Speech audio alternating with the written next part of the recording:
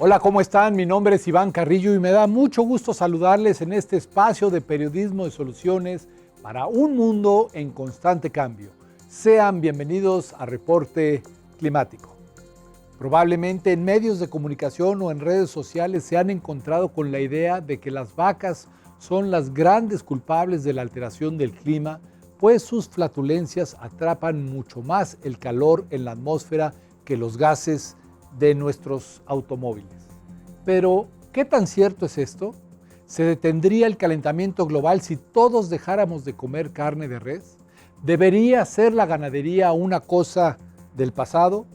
Para responder a esas preguntas y tomar decisiones informadas, hoy nos enlazaremos con Pablo Preliasco, ingeniero agrónomo especializado en pastizales naturales y ganadería sustentable.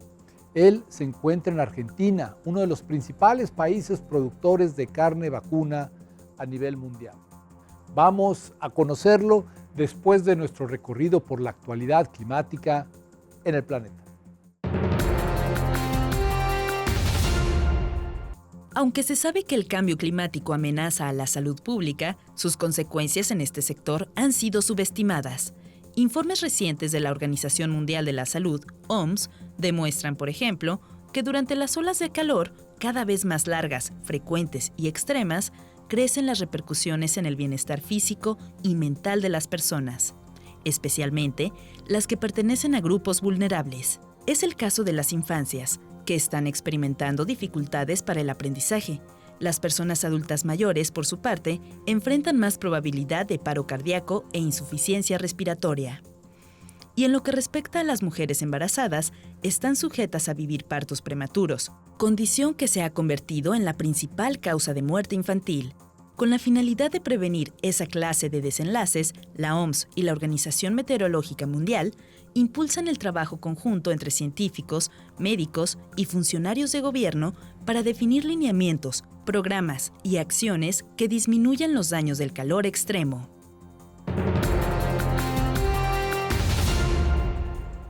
Con la mira puesta en los compromisos adquiridos por los países en el Acuerdo de París, un nuevo estudio reveló qué tanto han influido las políticas climáticas en la reducción de las emisiones que calientan a la Tierra. Los autores de la investigación publicada en Science examinaron 1.500 instrumentos de política pública y concluyeron que solo 63 han logrado una disminución significativa de los gases de efecto invernadero.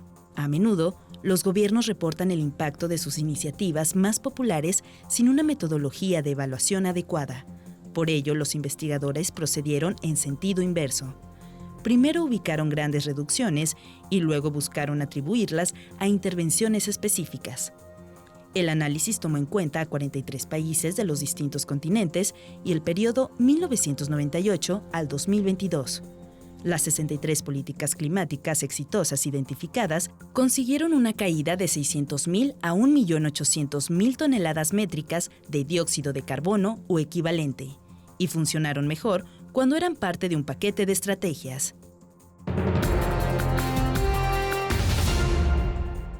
A mediados de agosto, la británica Jane Goodall, aclamada por sus investigaciones con chimpancés durante los años 60 en Tanzania, África, visitó las provincias argentinas de Misiones y Buenos Aires. Ahí encabezó un amplio programa de actividades organizado, entre otras entidades, por el instituto que lleva su nombre y que tiene una sede en el país sudamericano. Según la agencia Reuters, durante los distintos encuentros que sostuvo, la primatóloga insistió en que la especie humana aún tiene una rendija de oportunidad para revertir el calentamiento global, pero solo si se actúa colectivamente cuanto antes. La estudiosa de 90 años también considera que todavía estamos a tiempo de convencer sobre esta meta a quienes detentan el poder y confía en la capacidad de los ecosistemas para recuperarse. En el Centro Educativo de Conservación e Investigación que ella misma fundó, Jane Goodall dijo: "Mi misión es ayudar a crear un mundo en el que se pueda vivir en armonía con la naturaleza". Evidencias genéticas y arqueológicas sugieren que la domesticación de los bovinos ocurrió hace más de 10.000 años a partir del uro euroasiático, una especie silvestre ya extinta. Pero la continuidad de esta larga historia es cuestionada actualmente por sus contribuciones al cambio climático, el mayor desafío de nuestros tiempos. Pablo Preliasco trabaja en la Fundación Vida Silvestre Argentina y a lo largo de su trayectoria ha constatado que no toda la ganadería es igual. Existen al menos dos grandes formas de hacerla. Bueno, sí, hay una ganadería sustentable y una ganadería no sustentable. Si es que uno pudiera algo que es un continuum, separarlo en blanco y negro, ¿no? Lo no sustentable básicamente es esa ganadería que ejerce una presión sobre los ecosistemas muy violenta, por ejemplo, la que está hecha en base a deforestación o a conversión de otro tipo de ecosistemas. O sea, la conversión es tan grave como la deforestación cuando uno habla de pérdida de biodiversidad y de otros servicios de los ecosistemas. Entonces, es importantísimo instalar que la gente sepa qué es conversión. Mientras que deforestar implica retirar los árboles que cubren una superficie, la conversión significa sustituir a conveniencia las especies naturales por otras que no corresponden a ese ecosistema. No solo perdemos biodiversidad y servicios de los ecosistemas cuando deforestamos, sino también cuando reemplazamos un pastizal natural por un cultivo forrajero, como puede ser una pastura cultivada.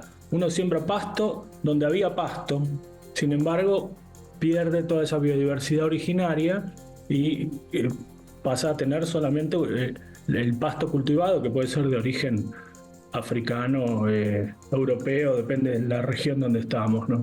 El asunto con la ganadería no sustentable es esa pérdida de ecosistemas naturales que puede motorizar. Lo mismo que ocurre con cualquier cultivo, ¿no? La soja es tal vez peor aún, o qué sé yo, en zonas subtropicales, la palma, es tan dramático el reemplazo que hace de ecosistemas naturales como lo que puede hacer el cultivo de pastos en la Amazonía, ¿no? De hecho, se ha estimado que este tipo de ganadería es la principal causa de pérdida de selva en todos los países amazónicos. Por otro lado, hay un señalamiento hacia la carne que tiene que ver con las emisiones de gases de efecto invernadero.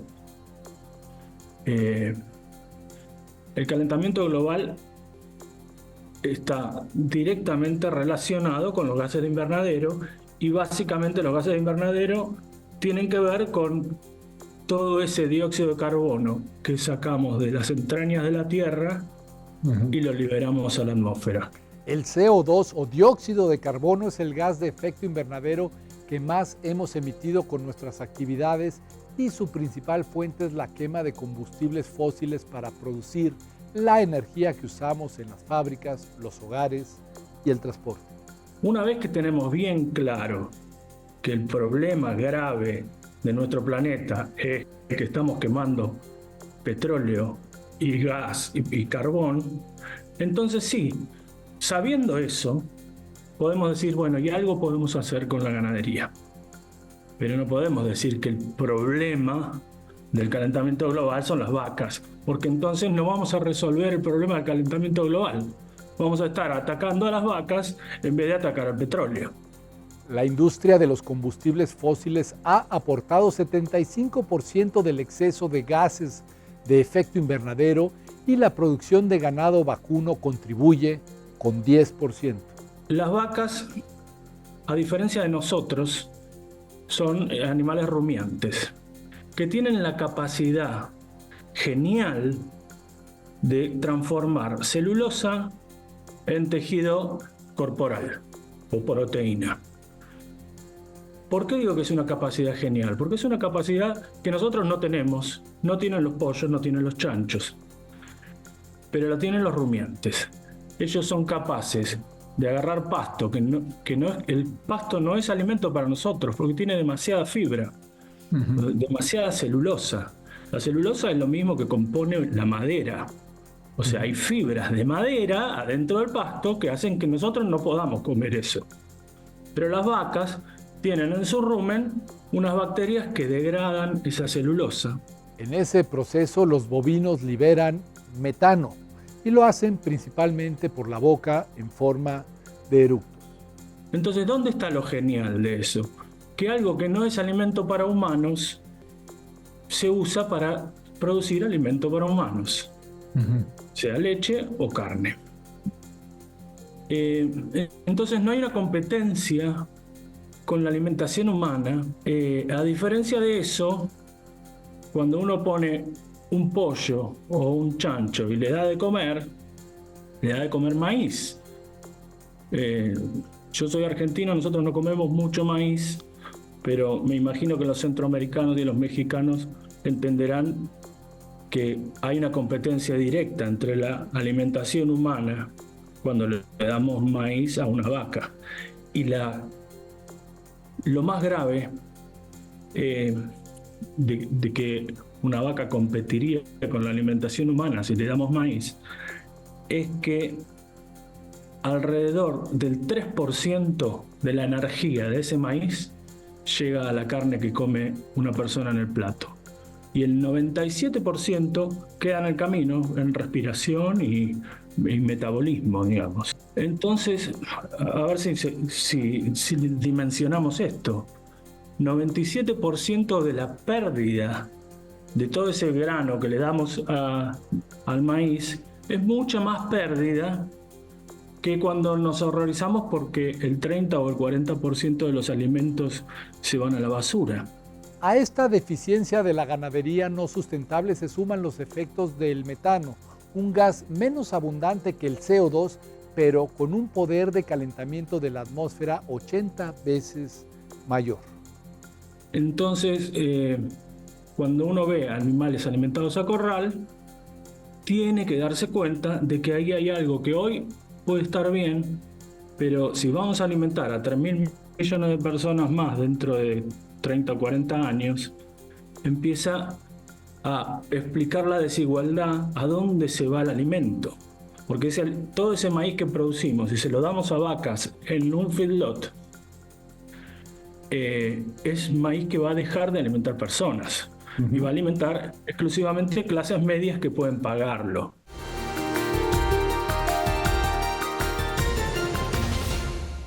Aunque abandonar el uso de combustibles fósiles es la apuesta más efectiva contra el cambio climático, prácticas como moderar el consumo de carne y producirla de manera sostenible también ayudan a frenarlo. En un mundo agobiado por la deforestación y el calor creciente, la propuesta de abandonar completamente la ganadería puede resultar atractiva, pero no es tan fácil como suena.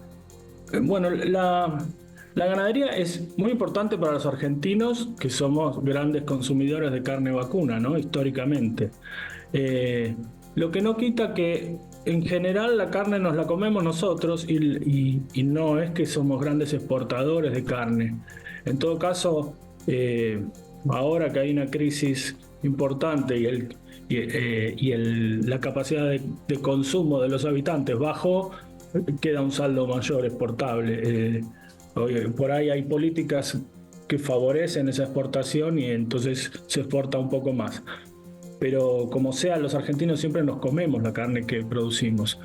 La Organización de las Naciones Unidas ha reconocido que el sector ganadero es un pilar fundamental para el desarrollo y la seguridad alimentaria de los países y no podemos simplemente eliminarlo. Y ahí eso es un valor que hay que dimensionarlo a la escala global para darse cuenta de qué se trata. Más del 30% de la superficie terrestre, de la superficie no del planeta, sino de la superficie que no es agua, ¿no? De la superficie seca, el 30% son ambientes donde no podemos cultivar. No podemos cultivar porque son inundables o porque son áridos o porque son salados o porque tienen mucha piedra, pero sí crece pasto ahí. Entonces nosotros le ponemos una vaca y ese 30% del territorio global es capaz de producir carne. con gente viviendo ahí en el territorio, con una cultura asociada a eso, que son culturas de siglos o de milenios, en muchos casos, las culturas pastoriles, y que conservan un montón de servicios de los ecosistemas, incluida la biodiversidad, entre las patas de las vacas. Tomando en cuenta esta cualidad de la ganadería, ¿es posible corregir el rumbo? La palabra sustentable lamentablemente está tan vapuleada y tan usada que es difícil defenderla hoy. Pero entonces voy a decir qué es lo que entiendo yo, que soy un conservacionista por ganadería sustentable. Y es una ganadería que no genera conversión de ecosistemas. Entonces, si yo estoy avanzando sobre un bosque o sobre un pastizal o un humedal para hacer ganadería y lo reemplazo ese ecosistema por un cultivo para alimentar vacas, entonces eso ya no es sustentable. Pero yo puedo hacer ganadería en pastizales naturales y puedo hacer ganadería en sitios donde ya hubo conversión. Eso es lo que se ha hecho en la región pampeana de Argentina, donde vive Pablo Preliasco. En la región pampeana de donde yo vivo, hace más de 100 años que se convirtió gran parte de ese ecosistema y hoy queda menos del 20% de lo que había. Entonces, sería insustentable avanzar sobre ese pequeño porcentaje que queda de pastizales naturales. Pero hacer ganadería en lo que ya está reemplazado, por más que se haga con cultivos, bueno, ahí ya no hay una nueva pérdida de ecosistemas, porque estoy haciéndolo en un ambiente que ya dañé antes.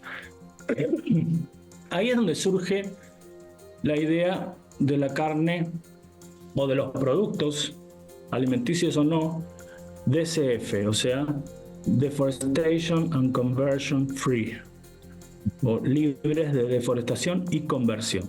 Con un manejo adecuado, los sistemas ganaderos sustentables pueden inclusive favorecer la captura de carbono en el suelo y ayudar así a la mitigación del cambio climático. El cómo hacerlo realmente es la gran pregunta, ¿no? Nosotros, dentro de Fundación Vida Silvestre, hace ya muchos años que tenemos modelos funcionando. ¿Qué es lo que hicimos? Para las distintas ecorregiones del país, identificamos cuáles eran las tecnologías disponibles, ganaderas, compatibles con la conservación de la biodiversidad. Entonces, al identificarlas, dijimos, bueno, estas son las tecnologías que sí permiten conservar y estas son las que no. Bueno, pusimos a prueba las tecnologías que consideramos compatibles con la biodiversidad en distintos campos, con propietarios que estaban contentos en ponerlo a prueba. Estos experimentos han acumulado evidencia durante más de 15 años y han demostrado que producir y conservar son logros compatibles. Tenemos casos muy exitosos donde el negocio es muy bueno, que esto es fundamental, no están resignando ganancias, donde la biodiversidad hemos logrado que se incremente no artificialmente, sino que se recupere la biodiversidad originaria. No estamos agregando especies que no estaban, porque uno puede incrementar la biodiversidad trayendo cosas de otros continentes, pero eso no tiene valor, al contrario. Entonces fuimos recuperando la biodiversidad originaria de esos ecosistemas. Y lo hicieron a través de tecnologías que requieren más planeación que insumos.